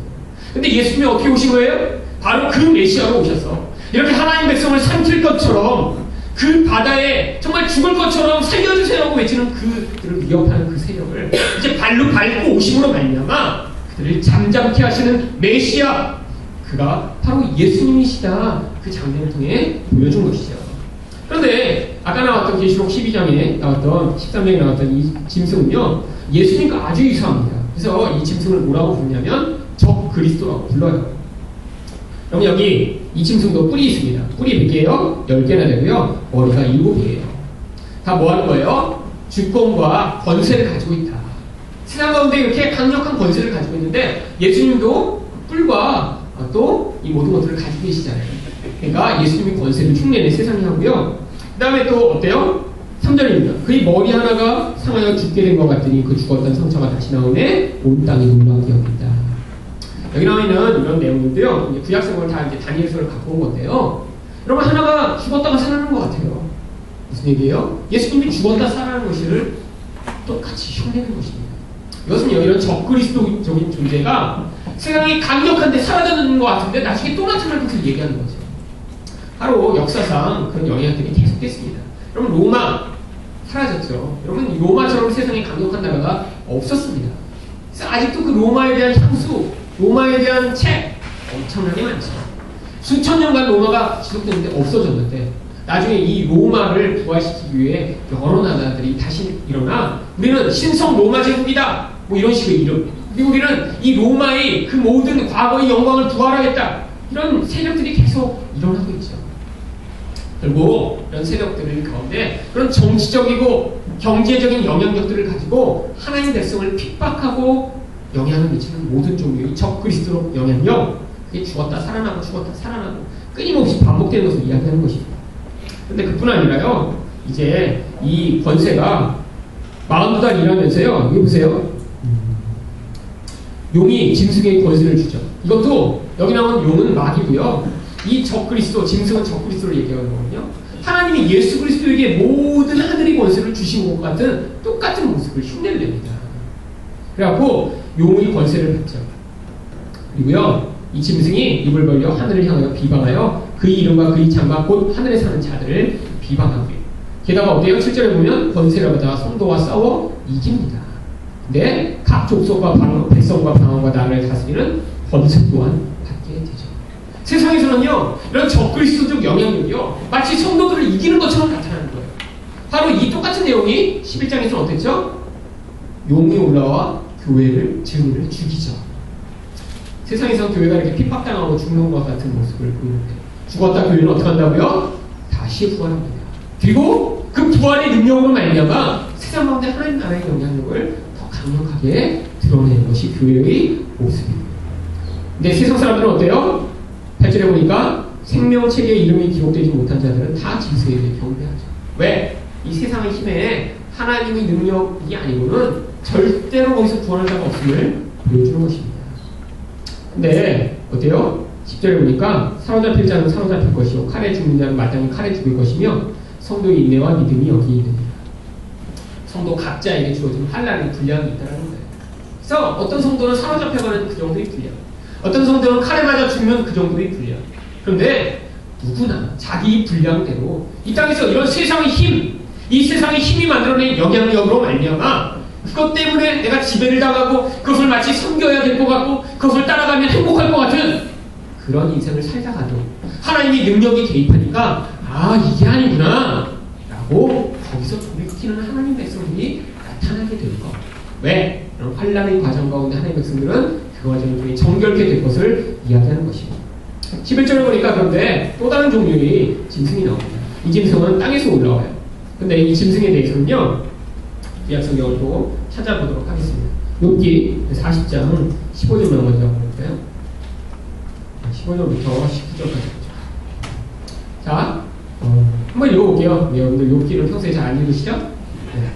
자, 같이 읽겠습니다. 시작. 이제 소같이 풀을 먹는 배의 것을 볼지어다. 내가 너를 지은 것 같이 그것도 지었느니라. 그것의 힘은 허리에 있고 뚝심은 배의 힘줄에 있고 그것이 뿌리치는 것은 백합목에 흔들리는 것과 같고 그 넓적한 힘줄은 서로 얽혀 있으며 그 뼈는 육관같고 그 뼈대는 쇠막대에 달았으니 그것은 하나님이 만드신 것 중에 윽등이라 그것을 지으시니가 자기 팔을 가지고 오기를 바랍니다. 여러분, 그 공룡이 사실은 이 묘사에 딱 어울립니다. 그렇죠? 큰 공룡, 30m 뭐 이 정도까지 되는 공룡도 있었는데, 뭐 저희 아들이 뭐 가장 좋아하는 티라노사우루스 뭐 이런 무시무시한 이빨 깎인 공룡들, 뭐 이런 공룡들이 여기 나오는 이런 베헤모스의 묘사 잘 어울리죠. 그래서요, 그런 것이 움직이면 마치 나무가 흔들리고 저 꼬리 한 번 움직여요. 그런데 이게 이제 아마 욥기를 썼던 당시에는요, 이런 얘기를 하나님이 하시면 욥이 그 공룡하고 금방 알아들었을 것 같아요. 왜냐하면 여러분 이 공룡이 뭐 500만 년 전, 뭐 3억 년 전, 막 이런 옛날에 살았던 게 아니라요. 그 욥이 살고 있던 그 최근까지도 살았으리라고 많은 사람들이 추측을 합니다. 특별히 창조과학자들이요. 여러분, 모든 시체가 이렇게 땅에 공룡이 죽었다고 생각해 보세요. 그러면 어떻게 될까요? 공룡 뼈는 두꺼우니까 뭐 3억 년 동안 그 뼈가 그대로 남아있을까요? 아닙니다. 다 사라집니다. 그런데 그럼 우리가 지금 공룡이 있는지 어떻게 알죠? 뼈가 발견되고 있잖아요. 화석도요. 그럼 화석은요, 그냥 땅에 놔두면 화석이 절대 안 됩니다. 그리고 그렇게 시간이 수억 년이 흘렸는데 어떻게 남아있겠어요? 특별한 조건 가운데만 화석이 만들어져요. 어떤 조건이냐면 주변에 그 뼈를 감쌀 수 있는 아주 부드러운 흙이 있어야 되고요. 그리고 그게 그런 부드러운 흙에 덮였을 때 위에서부터 엄청난 압력이 갑작스럽게 눌렸을 때만 화석으로 만들어져 보존됩니다. 그러니까요, 그런 일이 언제 있었죠? 노아 홍수 때. 여러분, 위에 진흙이 가득 쌓이면서요, 이 위에 물이 하늘까지 쌓이면서 그 엄청난 힘으로 눌렀을 때 그 밑에서 화석이 형성되는 거죠. 그래서 대부분의 창조과학자들은요, 이 공룡이 언제 다 멸종했냐면 이 노아 홍수 때 다 멸종했다고 이렇게 이야기하죠. 그래서 이렇게 우스개 그림으로 보면 공룡들이 눈물을 흘리면서 자기 그 알을 노아한테 갖다 주는데 노아가 그 알 너무 커서 못 받는다고 이렇게 손을 흔들고 그런 말함이 있었습니다. 그 결국 그래서 공룡이 하나도 안 남은 거죠. 알도 너무 커갖고 다음 주에 못 실었어요. 뭐 그랬는지 모르지만 하여튼 이 공룡뼈가 많은 건요, 이렇게 그때 공룡이 아주 많이 멸종이 된 거죠. 왜? 엄청난 힘으로 눌려서 화석들이 이렇게 많이 남아있는 것입니다. 뭐 그런지 저는 뭐 과학자는 아니기 때문에 그런 얘기만 제가 이제 창조과학 그 책에서 읽었고요. 그런데 이렇게 욥이 이런 얘기를 하나님이 하시니까 알아들어요. 왜? 당시에 아주 익숙하게 기억을 가지고 있었기 때문이죠. 그런데 여기 이런 묘사가 사실은 그래서 근데 이제 이 유대인들은요, 이게 단순히 공룡이 아니라 항상 어떤 생각을 하고 있었냐면 바다에서는 이런 레비아탄이라고 하는 무시무시한 하나님 백성을 대적하는 괴물이 살아서 이렇게 공격하고 육지, 특별히 이 베헤못은 에덴 동산 동쪽에 있는 이 마귀들이 거하는 곳이라고 이렇게 생각했거든요. 저주받는 곳이라 거기 살고 있다고 생각했습니다. 그래서 거기서 나와서 이들이 하나님 백성을 괴롭힌다고 생각을 했어요. 그래서 당시에 써진 다른 경건 서적들에 보면 이 레비아탄과 이 베헤못에 대한 이야기가 아주 많이 나와 있습니다. 그래서 그걸 그대로 갖고 온 거예요. 근데 이 마지막 절은 한글로 번역을 잘못했는데 그것을 지으시니가 자기 칼을 가져오기를 바라노라, 원래 이런 뜻이 아니라 그것을 지으시니는 칼을 가지고만 그에게 접근할 수 있다. 원래 원어적으로 그런 뜻이에요. 무슨 얘기냐면 얼마나 싸나운지 인간은 절대로 가서 그 베헤못이랑 괴물과 상대할 수가 없고 하나님이 그런 권세를 가져야 그걸 통제하실 수 있는 그런 무시무시한 거다. 근데 그것도 하나님이 지으셨다. 그 맥락에서 나온 내용입니다. 근데 이렇게 무시무시하게 구약의 괴물이 나와 사실은 어떻게 괴롭히냐면 영적으로 하나님 백성들을, 세상을 미혹하고 지배하는 것입니다. 여기 이제 11절부터 한번 보세요. 이 짐승은 어떻게 생겼냐면 어린 양같이 두 뿔이 있어요. 어린 양은 뿔이 몇 개였죠? 7뿔이었죠 아까. 근데 왜요? 예수님을 또 흉내내는 것입니다. 근데 이 또 다른 짐승을 이 요한계시록에서는 또 다른 곳에서 뭐라고 부르냐면 바로 계시록 16장 13절을 한번 볼까요? 같이 읽어보겠습니다. 시작. 또 내가 보내 개구리 같은 새 더러운 용이 용의 입과 짐승의 입과 거짓 선지자의 입에서 나오니. 자, 용은 마귀를 상징하고요, 짐승은 적 그리스도를 이야기하고요, 거짓 선지자는 아까 봤던 땅에서 올라온 짐승을 이야기합니다. 그러니까요, 결국 이런 영적 존재가 영적으로 하나님 백성들을 미혹하고 세상을 유혹하는 영적 세력이라는 거죠. 말로 속이는 것입니다. 그래서 이런 영향력들을 하는데 결국 다 뭘 하냐면 적그리스도를 경배하게 만들어요. 마치 뭐와 같은 역할이죠? 성령과 같은 역할입니다. 여러분 성령은 자체로 자기가 경배를 안 받으세요. 그런데 성령은 늘 뭘 하도록 하세요? 우리가 하나님과 예수님만을 예배하고 경배하도록 만드세요. 마치 적그리스도의 이런 영향력을 위해 나타난 이런 땅에서 오는 짐승도 똑같은 일을 하는 것입니다. 근데 그 성령이 하는 일이 뭐예요? 이적을 행하도록. 이 땅에서 올라온 짐승도요, 큰 이적을 행해 하늘로부터 불이 내려오게 만들어요. 결국 여러분 이런 영향력, 적그리스도를 경배하도록 만드는 이런 이적을 행하는 영향력, 세상 사람들이 이런 세상에서 영향을 미치는 이런 거짓말을 가지고 속아 넘어가도록 속이는 것이고요, 교회 안에도 이런 이적으로 말미암아 사람들을 속아 넘어가게 만드는 이 모든 영향력이라고 이야기하는 것입니다. 그런데 이들이 결국 뭘 하게 만들어요? 짐승을 위하여 우상을 만들도록 하죠. 여러분 여기 나오는 이 우상이 뭐예요? 인간이 끊임없이 힘을 추구하며 하나님 대신에 자기 욕망을 이루어줄 어떤 신을 추구하게 만드는 영향력을 이야기하는 것입니다. 여러분 눈에 보는 영향력이 아니에요. 여러분 교회 안에도 이렇게 거짓 선지자가 기적을 해가고 나서 꼭 뭘 하도록 해요? 자, 너희 신이 이런 돈이다, 돈. 이 신을 섬기면 이 신이 너를 건강하게 해줄 거고 부자로 만들어줄 거고 복 줄 것이다. 그러면 이게 세상 가운데 들어온 마귀적인 영향력이 교회 안에까지 들어와서 하나님 백성이 하나님을 섬기지 못하고 우상에게 절하고 경배하도록 만드는 영향력으로 여태까지 영향을 미치고 있는 것입니다. 근데 왜 지금 이렇게 하나님이 드러내시냐고요? 이제 한국교회가 더 이상 이렇게 우상을 섬기는 자리에 있어서는 안 되니까 하나님이 지금 폭로하고 계신 것입니다.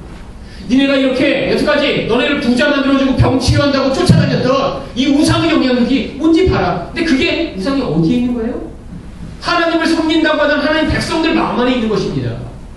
자기들의 욕망을 이루어준다고 하니까요, 거기에 그렇게 여태까지 목숨을 걸고 섬겼는데 그 결과가 뭐죠? 지금까지 비참한 모습으로 나타나게 되는 거죠. 여러분 이게 바로 이런 마귀적 영향력이 교회 안에서 영향을 미치는 것이죠. 그러니까요 그가 주는 표도 똑같은 것입니다. 여기 볼게요. 여러분들이 이제 가장 오해하는 내용 중에 하나 16절부터 18절 한번 같이 읽어보겠습니다. 시작. 그가 모든 자, 곧 작은 자나 큰 자나 부자나 가난한 자나 자유인이나 종들에게 그 오른손이나 이마에 표를 가지라.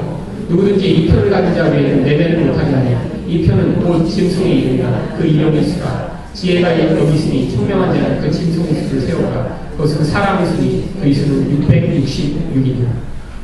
자, 이 짐승이 일하는 기간이 언제예요? 신약성경 내내 42달입니다. 그러니까요 이 신약시대 내내 이런 짐승의 영향력이 미치고 있어야죠. 그쵸? 그러니까 마지막 때에 여러분 뭐 표 받는다고 하는 그게 이런 내용이 아닌 거예요. 근데 앞에도 보셨지만 이 짐승의 영향력이 뭘 하도록 만들어요? 우상 숭배를 하도록 만들어요. 근데 사람들이 그렇게 우상, 나의 욕망을 이루어줄 것으로 가장 많이 기대하고 열망하는 게 뭐죠? 그리고 역사 내내 가장 강력한 그런 수단은요, 돈입니다, 돈. 그래서 결국 그것만은 아니지만 물질주의를 가지고 이런 사람들을 유혹하고 영향을 미쳐 그들의 영혼이 결국 하나님 말고 다른 것을 섬기게 하고 결국 그런 돈의 힘에 매여 죽을 수밖에 없도록 만드는, 노예된 채로 살아가도록 만드는 그런 영향력. 그것을 바로 여기서 육룡이라고 얘기하는 거예요. 왜 근데 오른손이나 이마에 받게 하죠? 이것도 구약성경에 다 나오는 얘기죠. 여러분 하나님 말씀을 이마에 붙이고 손목에 매라고 하셨잖아요. 왜? 이마는요 생각의 중심을 얘기하고요, 오른손은요 행동의 중심을 이야기하는 것입니다. 하나님 백성은 생각하거나 막 행동하는 그 모든 것에 바로 여호와만을 의지하고 하나님만을 유일한 신으로 섬겨라. 그게 너희 모든 정체성이다. 그걸 늘 기억하고 계십니다. 근데 마귀를 따라가는 자는 어떻다고요?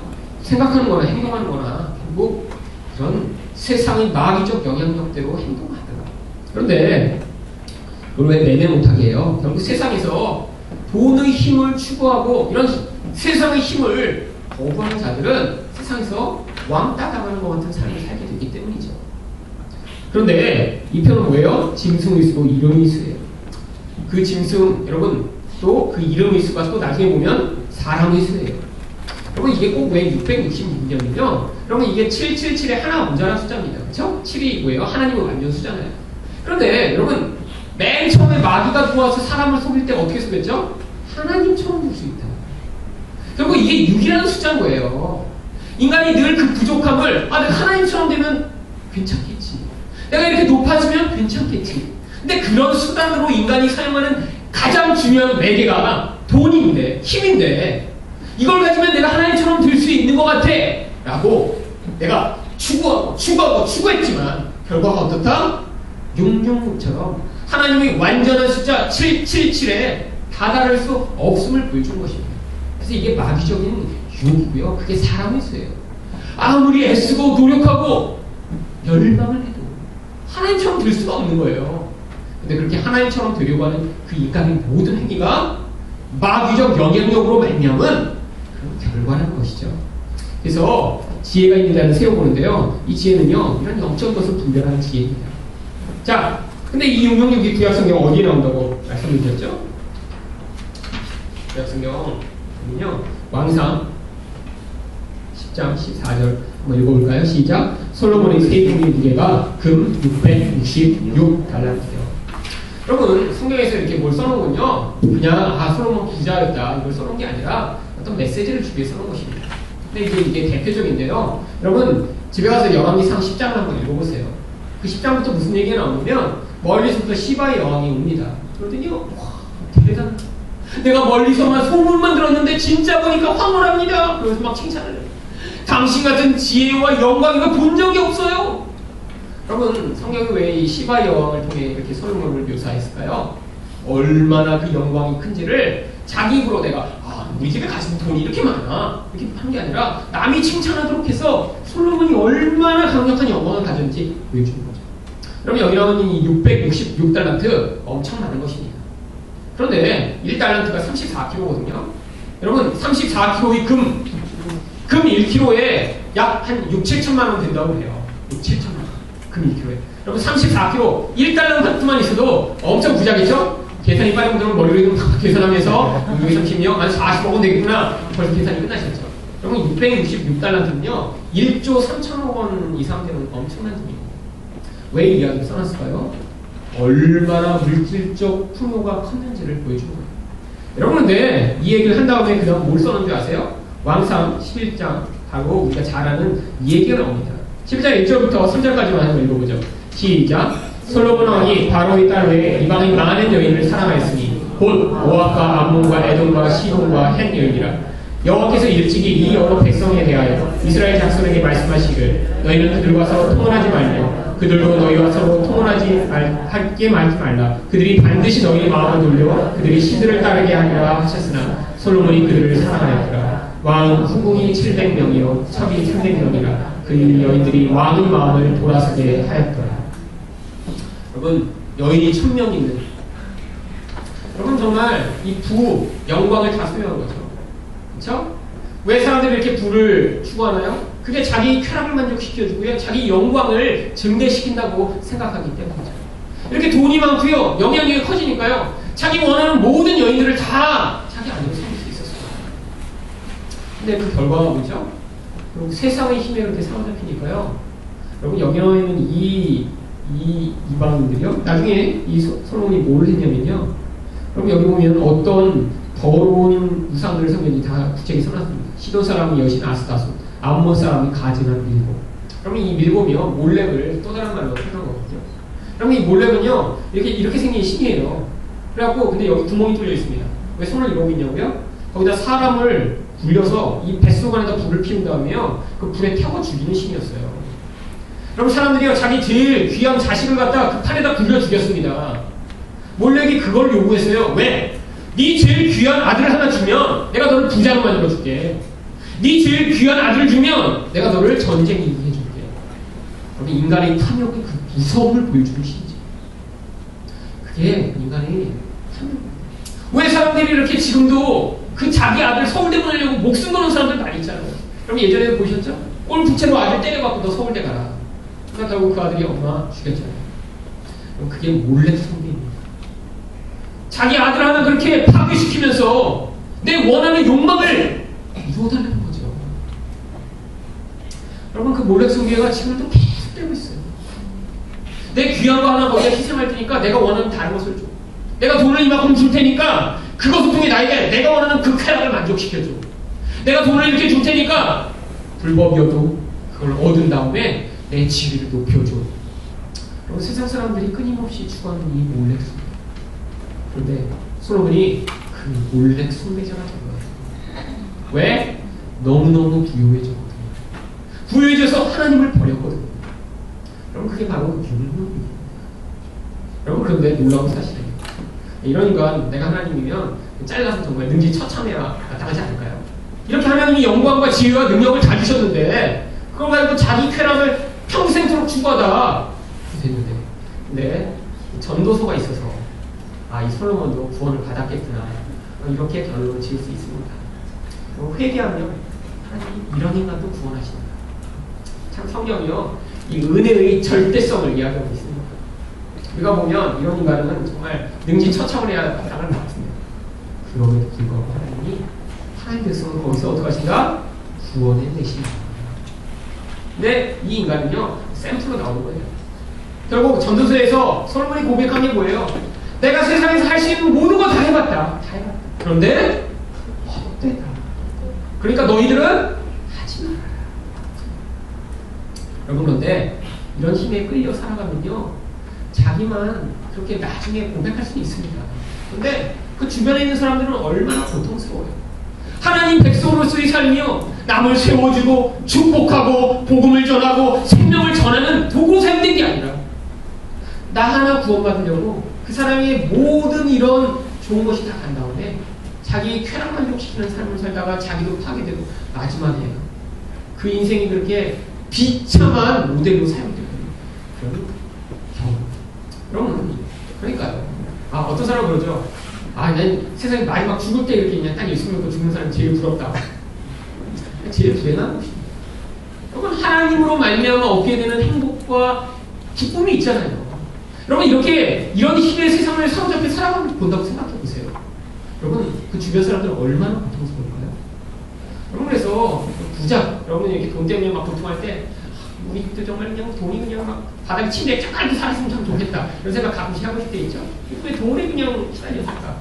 여러분 근데 그런 데 가보면 행복할 것 같은데요. 얼마나 불행할 돈 때문에요. 여러분 돈 많은 남자들 주로 뭐 하는 줄 아세요? 바람 핍니다. 바람 펴요. 돈 많고 시간 많으면요 99% 바람 펴요. 돈 없고 시간 없으니까 바람 못 피는 거예요. 대부분의 남자들이. 근데 여러분 남편을 보시면서 바람을 안 피다. 돈도 없고 시간도 없고. 여러분 그렇게 해서 돈 많고 시간 많아서 맨날 바람 피고 이렇게 1000명의 여인이 여러분 말고 만약에 남편이 있었다. 그러면 그 가족이 얼마나 고통스럽겠어요. 지옥에 사는 것 같아요. 물론 하나님 그렇게 해서도 구원하시는 가정이 있습니다. 그래서 그 안에는 평생 하나님만 이제 예수님만 이제 신랑으로 삼고 이제 그러고 살아서 정말 아름다운 사람으로 변화돼 이제 가장 아름다운 신부로 나중에 뽑히게 되고 그 남편은 그렇게 하다가 나중에 혹시 하나님이 그 아니 눈물 어린 기도로 말미암아 죽기 전에 구원받고 천국에 가보니까 와 있어. 그래서 그냥 천국에 가니까 그래 너 때문에 내가 이렇게 그냥 예수님처럼 닮은 신부가 됐구나 보고 감사하게 됐고 그 남편도 아니, 당신 때문에 나는 구원 못 받는데 그냥 당신의 기도로 내가 구원받았어요. 고마워. 그리고 이제 두 사람이 다 같이 구원받는 경우도 있을 수 있지만 얼마나 불행합니까? 이 땅을 살면 같이 그런 영향력이 아니라 여러분 부부가 아름답게 정말 서로 하나님만 의지해서 그래서 정말 서로 사랑하고 서로 순종하고 그렇게 살다가 그래서 그 부부를 통해 아름다운 하나님의 영향력이 확장될 때 여러분 그것처럼 축복이 없죠. 그렇죠? 그러니까 여러분 미워하지 마세요. 절대. 그냥 왜 나는 이렇게 일찍 예수 믿어서 이렇게 고통스럽지? 저 인간은 아직도 예수 안 믿다가 죽을 때 믿을 것 같은데 하나도 들어올 게 아닌 거야. 여러분 지금 예수를 안 믿으면 어떻게 사시겠어요?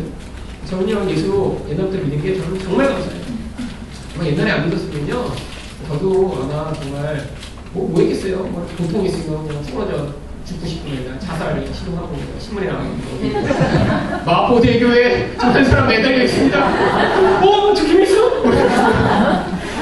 그럼 제가 제 인생 돌아보니까 예수 안 믿었으면 정말 그 여름은 올라갈 것 같아요.